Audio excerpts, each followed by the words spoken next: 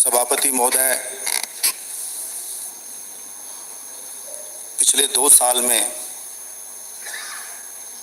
सरकार के द्वारा कई कल्याणकारी काम किए गए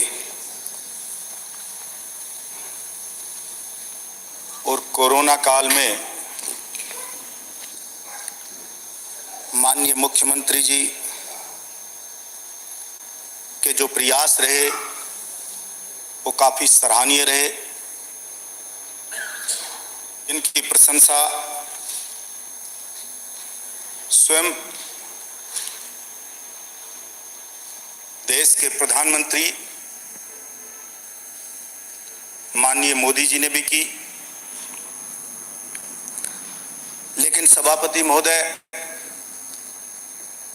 इन सब के बावजूद भी मैं काफ़ी दुखी हूं, क्योंकि मैं पिछले 2 साल से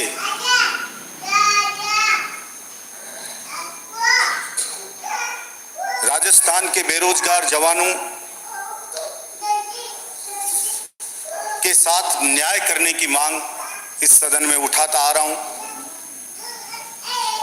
राजस्थान के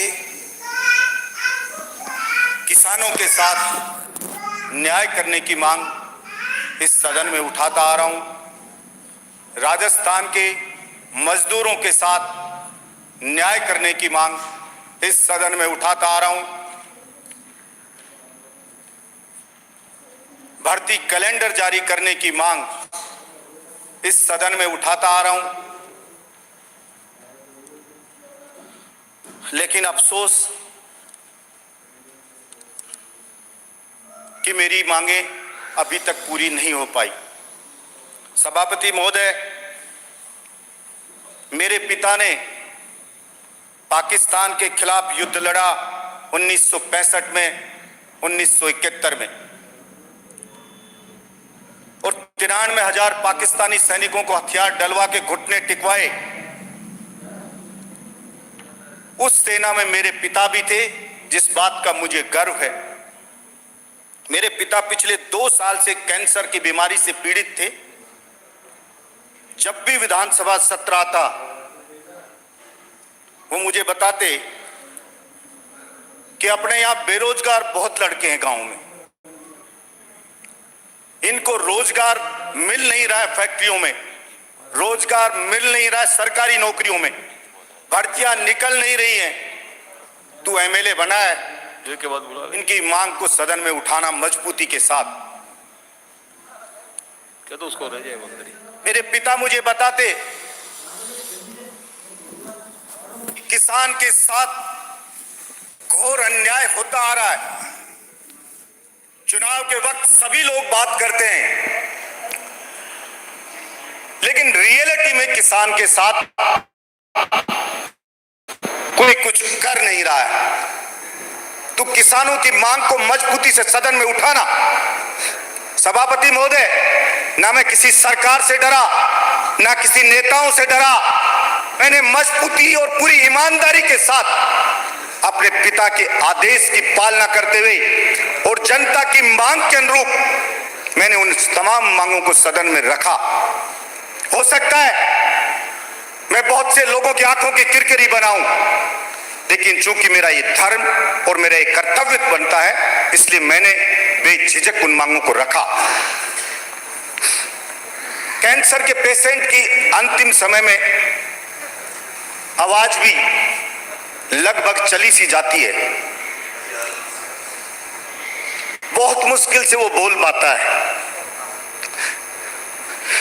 मेरे पिता से जब बोला नहीं जा रहा था, तब भी पूछते, अरे कितने लड़कों को नौकरी लगवाई तूने? मैं बोलता, एक को भी नहीं लगाई। बिजली के बिल कम हुए कि सरकार ने नहीं करे।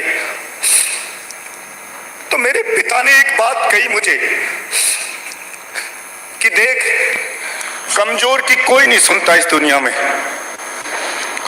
तू निर्दलीय विधायक है, अकेला विधायक है, इसलिए तेरी बात का वजन सरकार नहीं मान रही है। बेटा ये जनता है राजस्थान की या हिंदुस्तान की, ये बजरंगबली की तरह भोली भाली और वफादार है। जिस तरह से बजरंगबली को जामवंत जी ने उनकी शक्ति याद दिलाई थी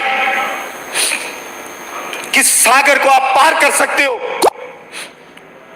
उसी तरह से चाहे तुझे गांव गांव ढाणी जाना पड़े, चाहे सब कुछ अपना बेचना पड़े, लेकिन अपनी आवाज का असर बढ़ा, उसके वजन को बढ़ा और जनता को उसकी ताकत याद दिला, राजस्थान की जनता को। और जिस दिन राजस्थान की जनता ने अपनी शक्ति को पहचान लिया, फिर कोई भी तेरी आवाज को या जनता की मांग को हल्के में नहीं लेगा। मैंने बार बार चिल्ला चिल्ला के कहा कि हिंदुस्तान में लगभग आज की डेट में 23 स्टेट ऐसे हैं जिन्होंने कानून बना दिया ऐसा कि केवल उन्हीं के स्टेट के लोगों को रोजगार मिल रहा है। मेरे राजस्थान के एक भी जवान को रोजगार नहीं मिल रहा है। लेकिन मेरी समझ में नहीं आ रहा कि राजस्थान की सरकार को कौन सी दिक्कत है कि वो एक कानून नहीं बना रही है। अरे अगर आप नहीं बनाते हो तो उन 23 स्टेट से भी वो खत्म करवाए बाउंडेशन।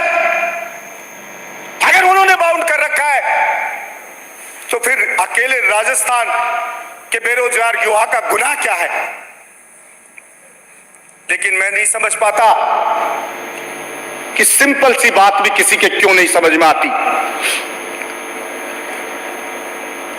सभापति महोदय, किसान, मैं तो कहता हूं वो मांग करता है ना तो भी मुझे अजीब लगता है। मालिक किसी से मांगता नहीं है, मालिक देता है, और वो किसान हिंदुस्तान का, इस देश का मालिक है। लेकिन अफसोस की बात, वो अपनी मांग भी करता है तो लोग बटे हुए नजर आते हैं अपनी अपनी पार्टियों के हिसाब से। और कोई भी व्यक्ति ये बात नहीं कर सकता किसान सहन करे अन्याय तो कितना सहन करे, कब तक सहन करे। सभापति महोदय, 1973 में गेहूं का भाव था 200 रुपया क्विंटल और बाजार में सोना मिलता था 500 रुपया तोला। आज गेहूं की कीमत बढ़कर मात्र हुई है 1700 से 1800 रुपए और सोना मिल रहा है 50,000 रुपया तोला। सभापति महोदय, 1973 में आईएएस की सैलरी होती थी लगभग 600 रुपया और आज की डेट में 100 गुना बढ़ गई है। 100 गुना सोना बढ़ गया, 100 गुना आईएएस की सैलरी बढ़ गई। लेकिन उस किसान की कीमत बढ़ी है मात्र 3.5 गुना। सभापति महोदय, मजदूर को 1973 में मजदूरी में मिलते थे 4 किलो गेहूं। आज नरेगा में मजदूरी करने जाता है, उसको जितना पैसा मिलता है उसके आते गेहूं 6 किलो। यानी कि 73 से लेकर आज तक हिंदुस्तान के मजदूर की मजदूरी बढ़ी 1.5 गुनी। किसान की उपज की कीमत बढ़ी मात्र 3.5 गुनी और दूसरे लोगों के 100 गुना। कितना सहन करे, कितना खून का घूंट पिए हिंदुस्तान का किसान। लेकिन फिर भी कोई उसकी बातों को गंभीरता से नहीं ले रहा है। सभापति महोदय, पिछले 5 साल में अडानी की संपत्ति बढ़ गई 11 गुना।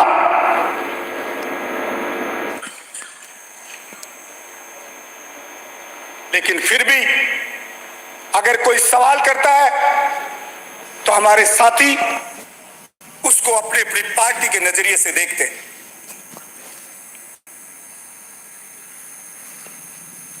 अंग्रेज अंग्रेजों ने भी इसी तरह देश के लोगों में फूट डाल के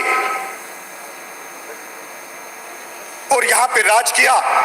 अब इन नेताओं ने जनता को बांट के पार्टियों में फूट डाल के और अपना उल्लू सीधा कर रहे हैं। मैं देखता हूं सभापति महोदय, एमएलए की हालत, एमएलए का काम इतना सा रह गया कि वो चार्ज ट्रांसफर के लिए मंत्रियों के गिड़गिड़ाता रहता है और मंत्री उस ट्रांसफर के नाम पे, कई ऐसे मंत्री हैं जो विधवा विलाप करते रहते हैं। क्या यही काम है एमएलए का? क्या यही काम है मंत्री का? मुझे देख देख के हैरानी होती है। मैं सोचता था विधानसभा में नीतियां बनती है, कानून बनते हैं, बड़े बड़े काम होते हैं, हम उस विधानसभा कहां बनने जा रहे हैं? सब लोग मिलकर के सबसे निवेदन करेंगे कि भाई इन किसान, मजदूर, गरीब लोगों ने हमें भेजा है। पहले किसी ने किया ना किया, अपन यहां से शुरुआत करते हैं। लेकिन खोदा पहाड़ निकली चुईया। काफी निराश हूं, लेकिन टूटा नहीं हूं और घुटने नहीं टेके। और आज इस शपथ में, इस सदन में मैं शपथ लेता हूं कि चाहे मेरा घर बार बिक जाए, मैं जानता हूं कि मैं एक मिडिल क्लास व्यक्ति हूं, लेकिन गांव गांव ढानी जाके मैं किसानों के हस्ताक्षर करा के लाके मुख्यमंत्री जी को देऊंगा कि अकेले बलजीत यादव की मांग नहीं है, ये राजस्थान की 36 बिरादरी की मांग है। उनको नजरअंदाज नहीं किया जा सकता। और जरूरत पड़ी तो लोकतंत्र में कहते सर गिनाने पड़ते हैं, वो मैं सर भी गिना करके बताऊंगा कि मैं अकेला नहीं हूं, क्या मेरी अकेले की मांग नहीं है, ये आम जनता की मांग है और जिसको आपको पूरा करना पड़ेगा। मैं आज भी सदन में मांग करता हूं कि छोटे किसानों को मुफ्त में बिजली दे, एमएसपी पे उसकी फसल को खरीदे। एमएसपी को भी ऐसे दिखाती है सरकारें जैसे पता नहीं उसको क्या दे रहे। एमएसपी का मतलब होता है मिनिमम सपोर्ट प्राइस, वो भी उसको नहीं देना चाहते। मैक्सिमम नहीं मांग रहे, हम मिनिमम मांग रहे। जब किसान बेचने आता है तो उन्हें पूरे दांव में बिक जाता है, क्योंकि एमएसपी पे जब फसल आती खरीदी ही नहीं जाती। वो ज्यादा दिन रख नहीं सकता घर में, मजबूर है बेचारा, वो उन्हें पुणे दाम में बेच देता है। फिर एमएसपी पे खरीदने का ढोंग होता है। मामूली सी फसल खरीदी जाती है, बाजरे की फसल जो मेरे राजस्थान में, हिंदुस्तान में सबसे ज्यादा होती है 41.3%, लेकिन उसको एमएसपी पे नहीं खरीदा जाता है। 2125 रुपया एमएसपी प्राइस और बाजरा बिकता है 1200-1300 रुपए में। कितना सहन करे किसान। बिजली के बिल सभापति महोदय आते हैं ना तो कपकपी छूट जाती है किसान की। किसान अपनी इज्जत को बचाना चाहता है, वो किसी के सामने हाथ नहीं फैलाना चाहता कि कैसे मेरी इज्जत को बख्श दो। वो जिंदा लाश है किसान, आपको चलता फिरता दिखता है, लेकिन कब का मर चुका है वो। प्रतिदिन मरता है अपने मान सम्मान स्वाभिमान को बचाने के लिए। लेकिन पता नहीं लोग कैसे निष्ठुर हो गए, कैसे पत्थर दिल हो गए, कैसे संवेदनहीन हो गए कि किसी को भी उसका दर्द समझ में नहीं आता। भाड़े के लोग लेके मोटी मोटी तौन के नेता सोशल मीडिया पे बब्बर शेर लिखवा इस्तीफा देते हैं, लेकिन जिन्होंने उसको बनाया,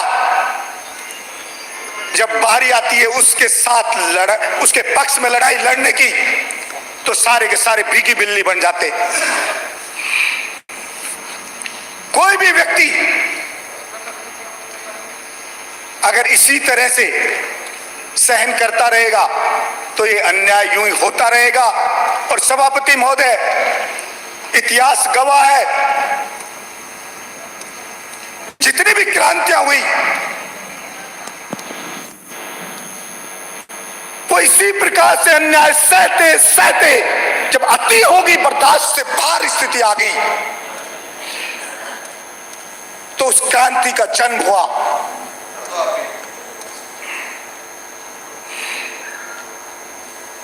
मेरे करने से नहीं, ये राजस्थान की जनता करके बताएगी, हिंदुस्तान की जनता करके बताएगी।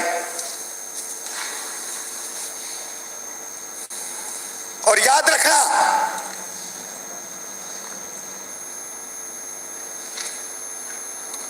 आज आपको लग सकता है कि एक निर्दलीय एमएलए है, लेकिन मैं जिंदा रहा तो मैं बताऊंगा आपको, जिंदा रहा बलजीत यादव तो बताएगा आपको। कमजोर हो सकता हूं, लेकिन मेरे सीने में बहुत आ गए, मेरे मन मस्तिष्क में भी जुनून है। और इतिहास गवाह है, कितने भी बड़ी से बड़ी शक्ति ने जुनून से लड़ने की सोची तो जीत जुनून की हुई है। और हम जनता के जुनून को जगाएंगे, एक एक चीज जनता को बताएंगे। हमें कोई एमएलए का मोह नहीं। मैं तो आज भी कहता हूं सरकार से, आप किसान के साथ न्याय कर दो, जवान के साथ कर दो, मैं तो अपने एमएलएशिप से रिजाइन कर दूंगा, आप बढ़ा लेना अपना एमएलए और जिता के और भेजेंगे, उसको जिता के भेजेंगे। इस सदन में कह रहा हूं,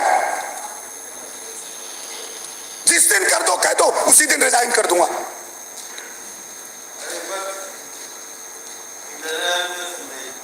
कोई यहां बैठ करके और इन सोफों पे, मैं कोई खुश होने के लिए नहीं आया, इनमें कोई आनंद ज्यादा मिल रहा है। फौजी का बेटा हूं, किसान का बेटा हूं, मुझे इन चीजों से कोई फर्क नहीं पड़ता। अरे हम तो ये सोच के आए थे इस विधानसभा में कि जो कोई एमएलए विधानसभा में बोलता है उसको बहुत गंभीरता से लिया जाता है, और शायद दूसरे एमएलए सो जाते होंगे, बोलते नहीं होंगे, इसलिए शायद नहीं हो पा रहा होगा। हम चलेंगे, वहां बोलेंगे, और निश्चित रूप से परिवर्तन होगा।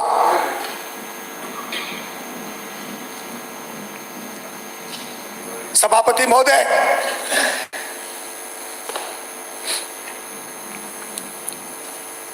इतिहास में अनेक उदाहरण हैं ऐसे,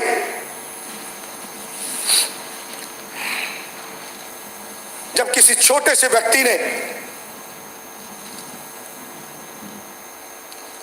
अन्याय के खिलाफ आवाज उठाई हो सकता है वो खुद सफल ना हो पाया हो,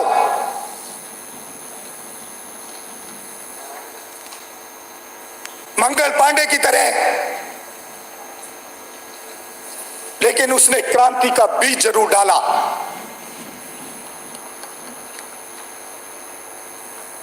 हम हो सकता है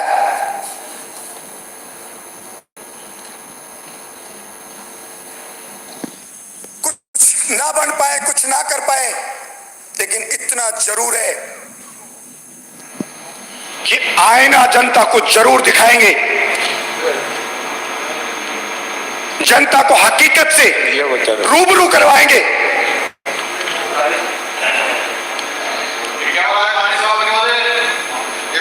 और जिस प्रकार से विराजी बजरंग बली जी को जब शक्ति दौरा पड़ गया, एहसास हुआ,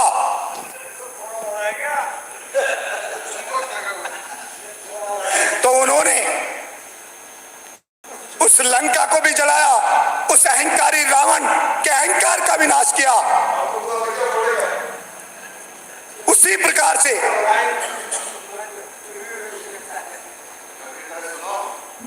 राजस्थान की जनता भी नेताओं के अहंकार को चूर चूर करेगी। सभापति महोदय, समाप्त करें। नदियां, बाढ़ का पानी बरसात के दिनों में बह जाता है। मैंने पहले भी इस मांग को रखा था कि एक बार इस किसान की सुध ले लो। वो जो पानी व्यर्थ बह रहा है नदियों का, उसको किसान के खेत तक पहुंचा दो, किसान को बिजली मुफ्त दे दो, उसकी फसल को एमएसपी पे खरीद लो, सारे काम रोक दो, एक बार ये काम कर लो, पूरा देश तरक्की के पथ पे विद्युत गति से दौड़ने लगेगा। लेकिन इतना पैसा आता है जनता से, पता नहीं कहां चला जाता है। कोई उस पैसे का बचाव नहीं होता। सरकारी अधिकारी लूट लूट के उसको खा रहे हैं। सभापति महोदय, 10 के लगभग अधिकारी हैं, आईएएस आईपीएस। कोई भी सरकार आए वो कब्जा कर लेते हैं अपना। बहन नेताओं को राज वो करते हैं, माल वो खाते हैं, और जो जनता भेजती है हमारे को, इनसे बचाओ। माननीय सदस्य समाप्त करें। सभा समाप्त कर रहा हूं। समाप्त करें। इनसे बचाओ हमें, जिनको भेजते हैं कि हमारे लिए लड़ो, इनसे बचाओ, वो स्वयं उनके चंगुल में फंस जाते हैं। मैंने पहले भी कहा था कि अगर इच्छा शक्ति हो तो कितने ही आईएएस आईपीएस में बता सकता हूं जिनकी हजारों करोड़ रुपए की संपत्ति है। समाप्त करें। सरकार उस संपत्ति को कुर्क करे। सहयोग करें। आपने मेरी बात मुझे बोलने का मौका दिया, इसके लिए धन्यवाद। उन्हें यही कहूंगा सरकार से कि जवान किसान मजदूरों की मांगों को गंभीरता से ले, ये मेरा बार बार उनसे निवेदन है।